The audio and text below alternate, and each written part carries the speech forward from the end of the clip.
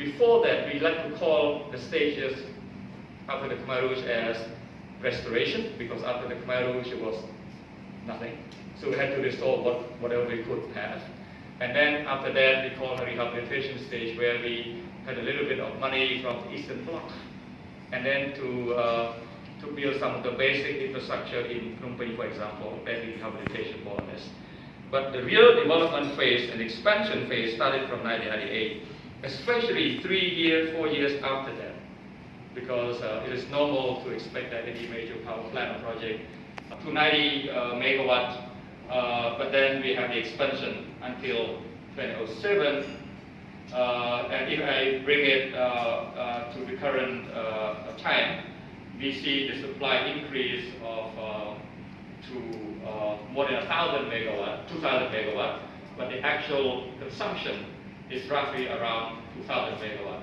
Now, when you see the number 1755, that is where the actual demand, not capacity doesn't tell our own story until you look deep into the energy that is generated.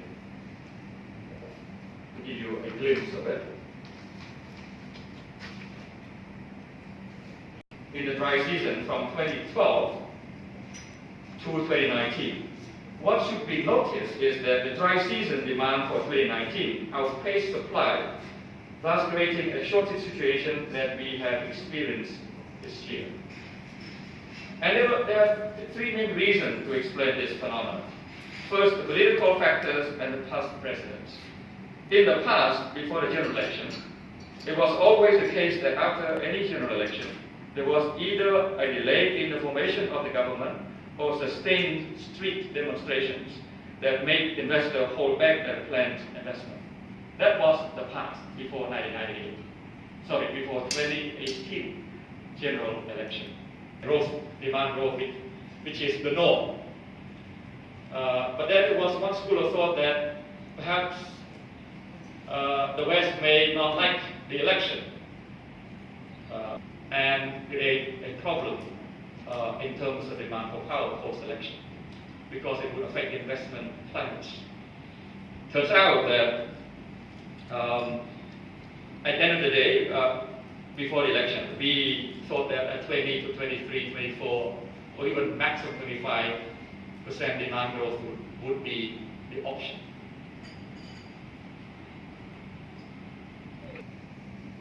So this is the second factor that we believe drove the surge in demand for power. The third factor is to do with the reduction of electricity tariff across the board. If you remember, one day before the closing of the political campaign, the current Prime Minister on behalf of the ruling party made a solemn pledge to the electorate that if re-elected, his government would bring the cost down, and there were specific numbers for residential customers, for commercial customers, for industrial customers. And of course, January 2019, after the election, he made good on that promise. The costs were brought down across the board. Overnight, the demand for power go up, because with the same amount of money, industries, especially households, would use more power. People rush to buy refrigerators, laundry machines, air conditioners, etc., etc. In my hometown in Bosat Province, it's almost something unprecedented to see that some rural households go to microfinance and long droughts in the Kingdom of Cambodia. And the reduction of tariff, all put together, pushed demand from roughly around 20% to more than 30% within a span of a few months. Laos would like to increase the power supply to Cambodia, but it would not have the infrastructure to do so, because most of their generation are further in away from the important Laos border. There was no transmission line. There's still no transmission line, principally to the border.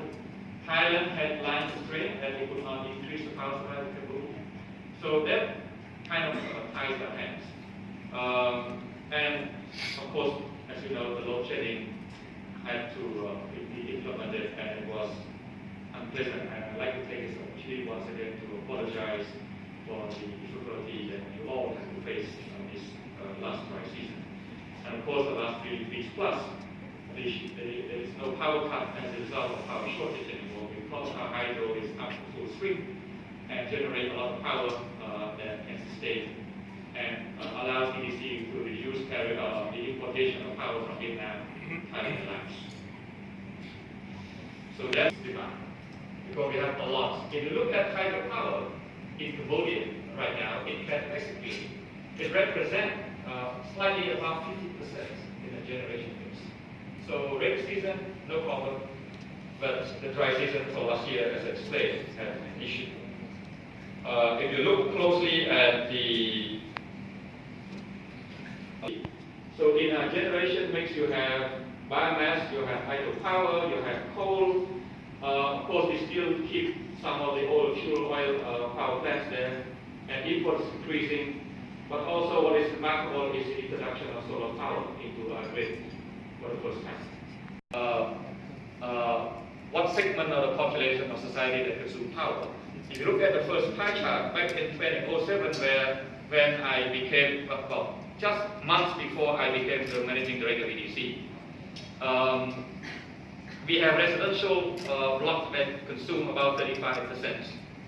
We have commercial and industry that consume a combined more than 50% across the nation.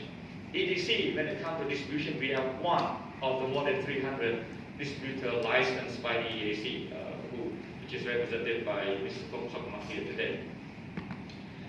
And if you look at this, what is important to note is that it's not that the share of industry, the amount of energy that is consumed less by the commercial and industrial and start to be connected to a national grid. And this is the beginning of a more uniform tariff across the country. Prior to 2010, mostly, most places in Cambodia had different tariffs. $1 a kilowatt hour was the norm. 3 hours a day, 4 hours a day of supply was the norm.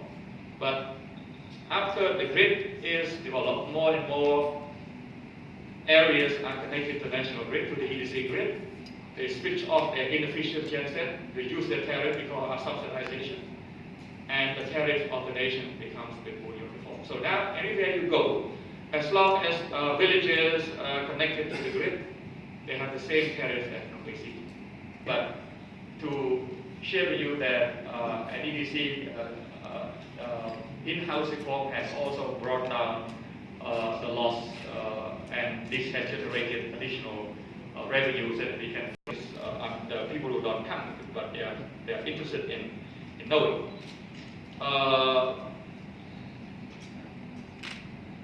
This is the tariff reduction that we have been able to do, starting from 2008. You look at this, more than 22 cents per kilowatt hour, and usually not 24-hour supply, by the way, to the current state where our industrial tariff is very much on par with the upper threshold of the Thai industrial tariff. Now, if you were to compare commercial, especially industrial tariff with the Vietnamese, and the situation from there, and see how much more we can do.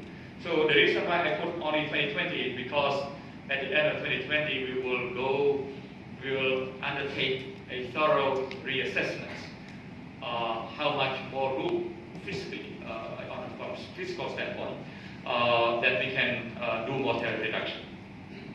In Cambodia, to keep this tariff in effect, EDC has to subsidize almost $100 million a year. For a small utility to cough up $100 million a year for that subsidy is not a small amount. So that's why we are going to be very careful moving forward how to bring costs down, but not to bring EDC down. Because when EDC is down, you will all go down with us, for sure. And that going down will be reflected in power cuts, will be reflected in unreliable power supply, which we intend to change. and potentially higher costs. So either no power or costs higher. But hopefully it will not happen. The Rural Education Fund was initiated by the government joining with the World Bank in the early days, basically back in 2007. And it was on the verge of bankruptcy and closed in 2012. So REF was facing the same fate as social funds that the government had created for infrastructure project in rural area, only had to close down after funding from donors dried up. So I make the case to the government that we should both. So there's no way to connect because they're moving all the time. They go after fish, not after grid. So solar home system has proven to be useful for families to provide lighting and access to TV, social media to catch up what the rest of the country is doing. And also, part of this is to also the expand this program to make sure in the near future solar home system will allow them to cook 3 meals a day, perhaps for many months a year, so that they will have to curtail the activity in terms of encroaching on the forested areas, the mangrove where fish need to spawn in the flooded season. So to me, this solar home system and Rural Education Fund is partly lighting and other purposes related to energy, but also try to protect the flooded forest that are the habitat fish on the Tiller Sound. And we have the Power to the Poor program, where IF gave money for people to connect.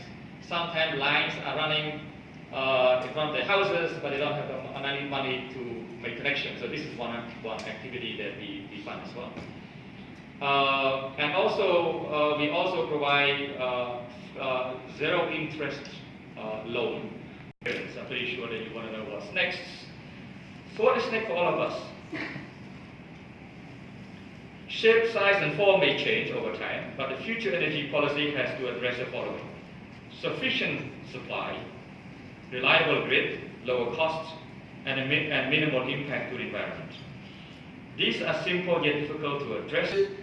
A dual fuel engine that will provide EDC in the short term to run HFO if we need to, and if LNG is available, then we can switch it to LNG. It's just a matter of switching the bottom back to LNG. And the reason why we put this immediately, because next year we have only so much time that we can have before we can wrap anything else. So this is one option. But this option also provides EDC to boost voltage infinitely. If you look at this for a moment, this is the we don't have the 3,100 megawatts from Laos yet. But if you look at the southern part, you look at hydropower, 80 megawatt, 900 megawatt here and there. Of course, the gas is not there yet, but to give you an idea that Phnom Penh city, which is the major load center, is 300 to 400 kilometers away. So we have problem with voltage fluctuation. That's why we put 400 megawatt here.